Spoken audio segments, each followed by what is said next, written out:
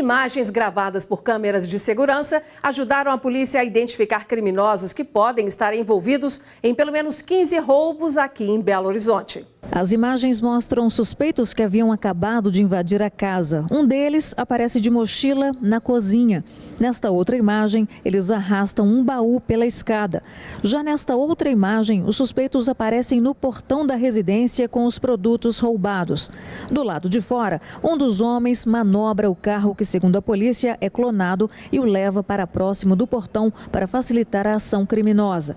Observe que um cachorro aparece no vídeo. Um dos suspeitos ainda brinca com o cão que vive na casa. As imagens não mostram, mas após saírem da residência, os suspeitos deixaram o portão aberto e o cão de estimação dos donos da casa acabou fugindo. O trio que apareceu nas imagens é do bairro Alto Caiçara, na região noroeste de Belo Horizonte, mas atuava nos bairros Enseada das Garças e Trevo, na região da Pampulha, e também em Itabirito, na região central. O alvo dos suspeitos eram sempre casas vazias. Quando eles certificavam que no imóvel não havia ninguém, eles então arrombavam o portão. Essas ferramentas apreendidas pela Polícia Civil eram usadas na ação. A polícia também apreendeu este carro, que não aparece nas imagens do circuito interno, mas que também era usado pelo trio nas ações criminosas.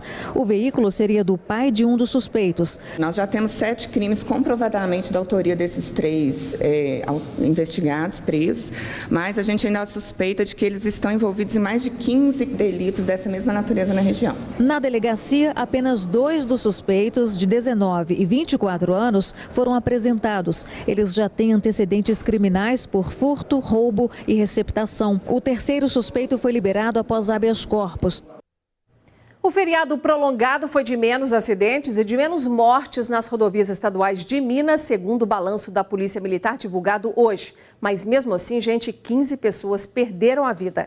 Nós vamos agora para a nossa redação conversar com a repórter Luciana Viana, que tem todos os detalhes. Luciana, houve redução em relação ao mesmo feriado prolongado do ano passado? Boa noite. Boa noite, Nácia. Boa noite a todos. Exatamente, uma queda de 25% se levarmos em conta o número de mortes. Mas isso não é motivo para comemoração, não é, Inácia? Muito pelo contrário, porque 15 pessoas, infelizmente, não vão voltar para casa. Já em relação aos acidentes, houve um aumento de 12% em relação ao mesmo feriado do ano passado. 225 pessoas ficaram feridas em 220 acidentes de sexta-feira até ontem. A gente chama atenção para o acidente que a gente está acompanhando as imagens, né, na BR-040 ontem, que 3 pessoas morreram no local. Esses dados são da Polícia Militar Rodoviária. Já a Polícia Rodoviária Federal deve divulgar os dados amanhã. A gente traz, tá, Inácia? Será que um dia a gente vai contar aqui que não aconteceu acidente nenhum no feriadão? Tomara.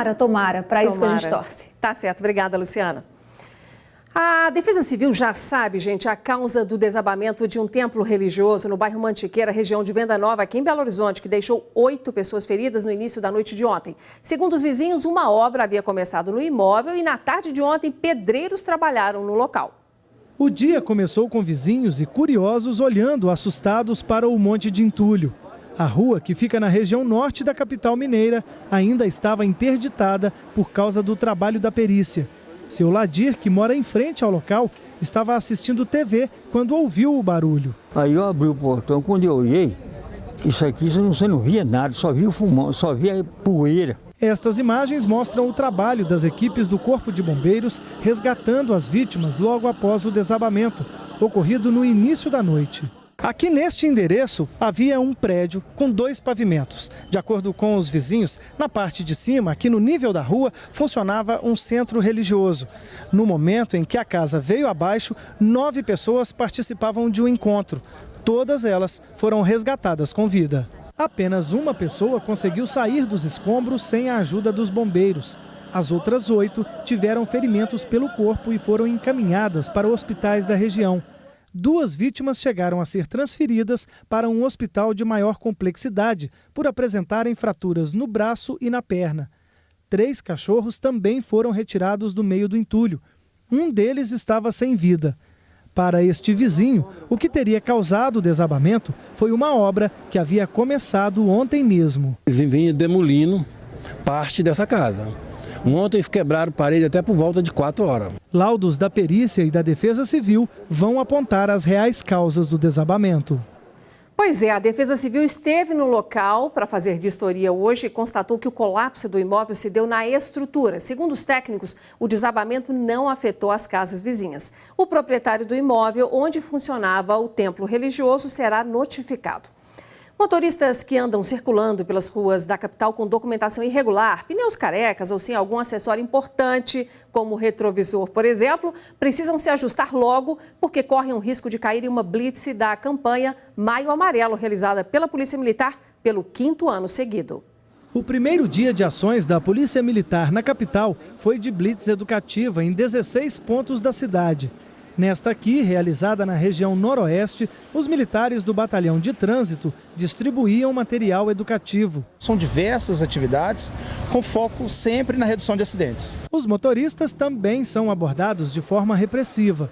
Com os pneus carecas e sem condições de rodar, este veículo precisou ser removido. O cidadão ele tem que fazer parte. Opa, peraí, eu tenho que respeitar as normas, eu tenho que fazer minha parte, não tomar multa e, consequentemente, estou reduzindo acidentes, estou diminuindo o número de mortes, que é alarmante no país. O movimento Maio Amarelo deste ano tem como tema Nós Somos o Trânsito, como uma forma de mostrar que todos, motoristas e pedestres, somos responsáveis por um trânsito melhor. Quem recebeu o recado concorda que falta mais educação no trânsito. Tem que ter mais educação, né? Com educação, realmente, eu acho que dá para resolver tudo, né? Tá precisando, tá muito acidente. Nossa, a gente dá seta, o pessoal acelera o carro em cima da gente, tem que fazer mãozinha e tal, e mesmo assim o pessoal não para, a educação. Cerca de 1.200.000 pessoas perdem a vida todos os anos em acidentes de trânsito por todo o mundo. Apesar destes números, as blitzen e também as leis mais rigorosas aqui no Brasil parecem ter deixado o trânsito um pouco menos violento. É que nos últimos anos, estes números de mortes por aqui relacionadas a acidente de trânsito têm caído cerca de 10%. O que tem acontecido? Duas coisas, o aperto nas leis, que isso está ficando muito mais rigoroso em termos de valores das multas e principalmente a questão com a alcoolemia, que está cada vez mais apertado, né, o que se faz no caso de alcoolemia, e uma questão séria que está acontecendo, que é uma redução de velocidade. Está se criando gradativamente, muito aos poucos, a consciência de que a velocidade tem que ser mais baixa, tanto nas estradas quanto na cidade. O especialista ainda alerta que outros fatores ainda não permitem que o trânsito no Brasil melhore cada vez mais. Você falar no celular aumenta o seu potencial de risco em 4,5 vezes e teclar ao dirigir aumenta o potencial de risco em 23 vezes. Isso se deve muito a uma descrença total no poder da lei no Brasil. Essa questão da impunidade em tudo gera que as pessoas se descuidem no trânsito, achem que não acontece nada e que não vai acontecer acidente com ela, que se acontecer ela resolve. O recado que fica desta campanha é da boa e velha gentileza urbana. É muito importante que a gente pense no trânsito como se todas as pessoas que estão ao nosso lado fossem nossos amigos.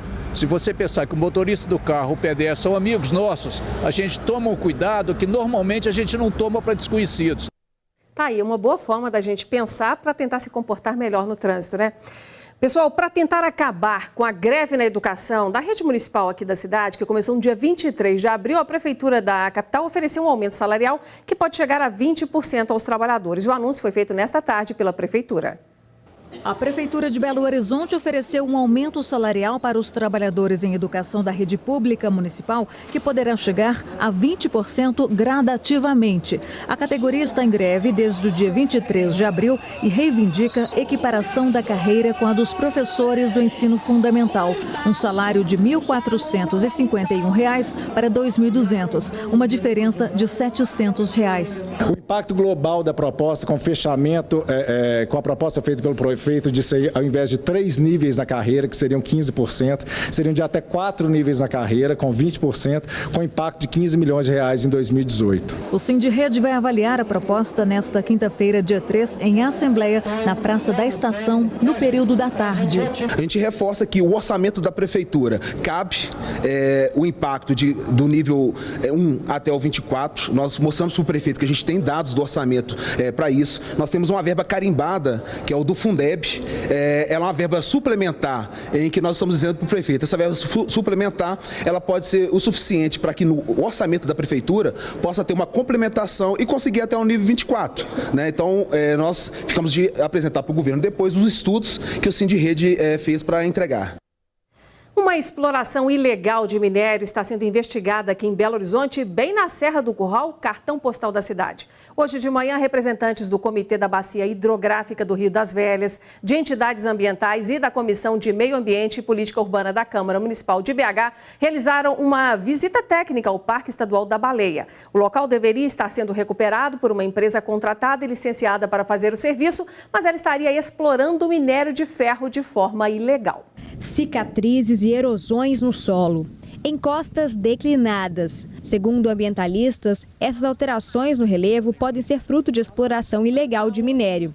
A empresa, que deveria trabalhar na recuperação ambiental da mina, estaria supostamente promovendo a exploração mineral de forma ilegal desde 2008. O que se tem a percepção inicial é de que é um processo que ele é muito intenso, ele está gerando impactos ambientais consideráveis, possivelmente impactando o perfil da serra, que é tombado como patrimônio histórico e paisagístico municipal, e que esse nível de impacto ele tinha que ser muito bem dimensionado e muito bem controlado. São muitas cicatrizes erosivas, são muitas áreas onde a gente já percebe possivelmente a movimentação de terra e movimentação de outros materiais e de sedimentos, que a gente deveria ter muito mais controle e muito mais cuidado. A investigação começou em novembro do ano passado, quando o Instituto Estadual de Florestas realizou um laudo sobre os impactos ambientais na região.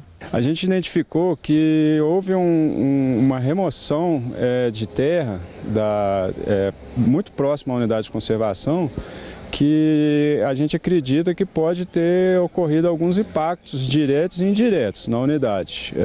Um deles é a alteração do balanço hídrico. E essa alteração do balanço hídrico a gente acredita que pode ter afetado a vazão de algumas nascentes que estão dentro do parque. A denúncia foi encaminhada ao Ministério Público Estadual, ao Ministério Público Federal e à Secretaria Estadual de Meio Ambiente. Mas foi o Comitê da Bacia Hidrográfica do Rio das Velhas que foi responsável pelo processo que resultou na visita técnica. Após a vistoria, o comitê e as outras instituições envolvidas coletarão mais informações para começar a questionar a ação da empresa dentro dos trâmites legais. Dimensionar esse nível de impacto é muito difícil, né? Por isso que a gente vai ter uma sucessão de estudos multidisciplinares, de várias pessoas que vão se debruçar sobre esse problema por um tempo específico para conseguir dimensionar. Nós vamos agora convocar uma audiência pública, chamar todos os órgãos de Estado, do município, da União, todos responsáveis pelo processo, para que a gente possa compreender a partir da fala de cada um dos órgãos competentes, porque me parece que é preciso tomar medidas emergenciais em relação a essa estrutura montada aqui. Por meio de nota, a Impabra, empresa de mineração Pau Branco, contratada para fazer a recuperação do local, disse que opera regularmente, conforme legislação ambiental vigente, e por meio de um termo de ajuste de conduta assinado em 2015 junto à SEMAD, a Secretaria Estadual de Meio Ambiente e Desenvolvimento Sustentável. A empresa disse ainda que o processo de licenciamento ambiental se encontra em análise junto ao órgão ambiental. Nós entramos em contato com a SEMAD, mas até agora não tivemos retorno. E o assunto agora é política. O nosso comentarista Orion Teixeira já está conosco aqui para analisar as notícias que são destaque nesta quarta-feira. Boa noite, Orion. Boa noite, Inácio. Boa noite a todos. Então vamos lá, que tem muito assunto para a gente tratar. O primeiro deles é o seguinte: a suspensão do rito para a tramitação do pedido de impeachment do governador Fernando Pimentel em uma reunião realizada na Assembleia Legislativa na tarde de hoje. O pedido de cassação foi feito por um advogado aqui de BH e aceito pela Assembleia de Minas na última quinta-feira. Mas hoje, 2 deputados da base do governo apresentaram questões de ordem que precisarão ser analisadas pelo presidente da Assembleia, Adalclever Lopes, antes de dar andamento à análise do impeachment. Orion, qual que é o significado dessa paralisação e quanto tempo que pode durar essa pausa? Inácia, é um pedido de esclarecimento, mas também uma forma de ganhar tempo e permitir a reflexão sobre um assunto aí tão polêmico e de alta temperatura. As questões apresentadas se apegam a aspectos formais do processo. Por exemplo, Eles dizem que o vice-presidente da Assembleia não poderia ter aceito o pedido de impeachment, que é uma prerrogativa só do presidente da Assembleia Legislativa. Outra questão colocada é que a motivação do impeachment não foi apresentada oficialmente. Nós sabemos que as questões apresentadas do impeachment referem-se a aspectos administrativos e financeiros. Por exemplo, o não repasse em dia do orçamento dos recursos dos poderes legislativo e judiciário e também dos municípios, além do parcelamento de boa parte dos salários dos servidores. Então, por outro lado, sabemos que foi a motivação política eleitoral que levou à aceitação desse pedido. Por isso que é importante esse tempo maior. O pedido foi feito de nulidade do processo, o pedido foi admitido, os prazos suspensos, mas a análise dele só acontece na semana que vem, sem prazo definitivo. Pode acontecer semana que vem, como disse. Até lá, o fogo pode estar mais baixo. Caso contrário, ficará incontrolável. Então, é um trabalho para os bombeiros de mais uma crise. E para a gente acompanhar de perto, né, Orion? Com certeza. Bom, o próximo assunto para essa conversa com o Orion é o seguinte, também está relacionado ao governador Fernando Pimentel, do PT, que foi condenado pela Justiça Mineira a ressarcir a Prefeitura de BH do valor referente a um contrato assinado com a empresa que fez a gestão do aterro sanitário de BH em 2008, quando Pimentel era prefeito. Na época, o Tribunal de Contas do Estado apontou diversas irregularidades no edital e a licitação chegou a ser suspensa, mas após alterações, o processo foi concluído. A decisão ainda cabe recurso, mais 2 pessoas foram condenadas. O governador Fernando Pimentel negou qualquer irregularidade e disse que vai recorrer. Orion, esse novo processo judicial ainda está em andamento. Ele pode ferir de alguma maneira, na sua opinião, a possibilidade aí, ou gerar um desafio novo para o governador, caso ele tente de fato a reeleição?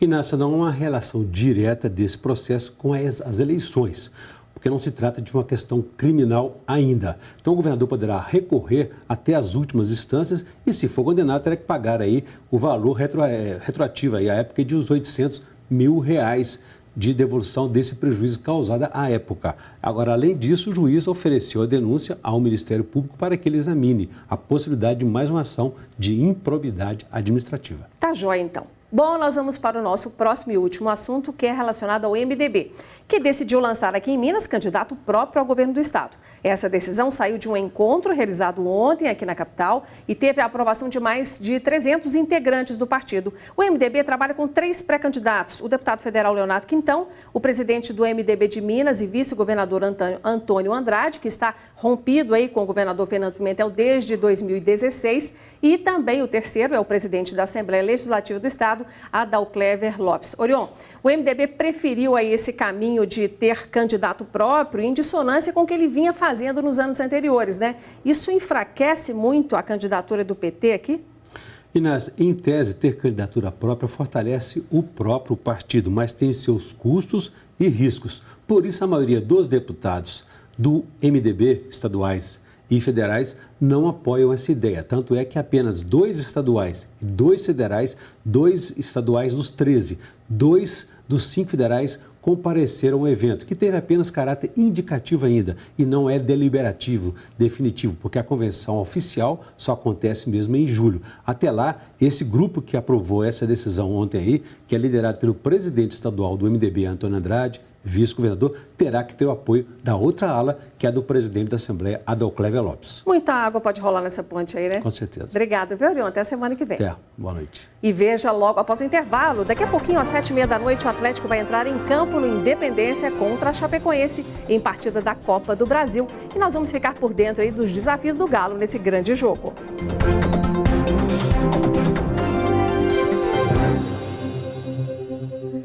Estamos de volta e o assunto agora é o esporte. Daqui a pouquinho, às 7h30 da noite, o Atlético vai entrar em campo no Independência contra a Chapecoense em partida pela Copa do Brasil. A gente vai saber os desafios do Galo com o nosso repórter e comentarista André Salles. Boa noite, André. Boa noite, Nácia. Boa noite para todo mundo. Você prevê um jogo difícil, fácil, mediano? O que você está imaginando aí que vai ser em campo? Pois é, se a gente for analisar pelas equipes, principalmente pro lado do Atlético, né? O Atlético tem subido muito de produção, venceu o time que era o líder do campeonato e o atual campeão, Corinthians, com autoridade. vem crescendo, o Atlético é favorito. Agora resta saber a Chapecoense, viu, Inácio? Se for o time, por exemplo, da estreia do Brasileiro, que perdeu de 5-1 para o Atlético Paranaense, vai ser um jogo muito fácil. Agora, se for a Chapecoense da última rodada, que fez um jogo duro contra o Palmeiras lá em São Paulo, inclusive arrancando o 0-0, a impressão que dá é de um jogo duro. Então vem uma Chapecoense bem fechada, com 3 zagueiros, o Atlético vai ter dificuldade, mas é sim o favorito para vencer. Agora, rapidinho, Thiago Largue, fica ou não, hein? Quando será oficializado ou não será oficializado? Tem alguma informação sobre isso? Pois é, toda vez a gente pergunta essa mesma coisa, né? E a informação de momento é a mesma de antes. É o técnico interino, mas é o profissional que comanda o clube. O Atlético garante que não está procurando outro técnico. Todo mundo espera, então, né? Exatamente. Bom, gente, já o Cruzeiro vai entrar em campo mais tarde, hoje também, contra o Vasco pela Libertadores. E depois da vitória esmagadora sobre a Universidade de Chile por 7-0 no Mineirão, você se lembra, né? O time mineiro vai jogar cheio de entusiasmo, mas também de responsabilidade. Porque se vencer o Vasco, o Cruzeiro ficará mais perto de seguir para as oitavas de final da competição. E se perder ou empatar, o que acontece com o Cruzeiro, André? Pois é, Inácia, quando vai chegando no fim dessa fase de grupos, a gente já pega a calculadora e começa a fazer todas as probabilidades. Para o Vasco, praticamente só a vitória interessa. Um empate para o Vasco já complica demais por questão de saldo de gols, de pontuação, enfim, o Vasco vai para vencer. Já o Cruzeiro vai numa situação um pouco mais confortável. Um empate é muito bom e uma vitória coloca o Cruzeiro praticamente na próxima fase. Agora, em caso de derrota, aí o Cruzeiro pega o Racing aqui, um jogo muito difícil, mas tendo que vencer. Então, o Cruzeiro, um empate seria muito interessante. Valeu demais e amanhã você volta com os resultados. Obrigada, viu, André? Com certeza, eu que agradeço. E você vai ver a seguir, tempo seco e mudanças de temperatura aumentam a incidência de doenças respiratórias e são as crianças que sofrem mais.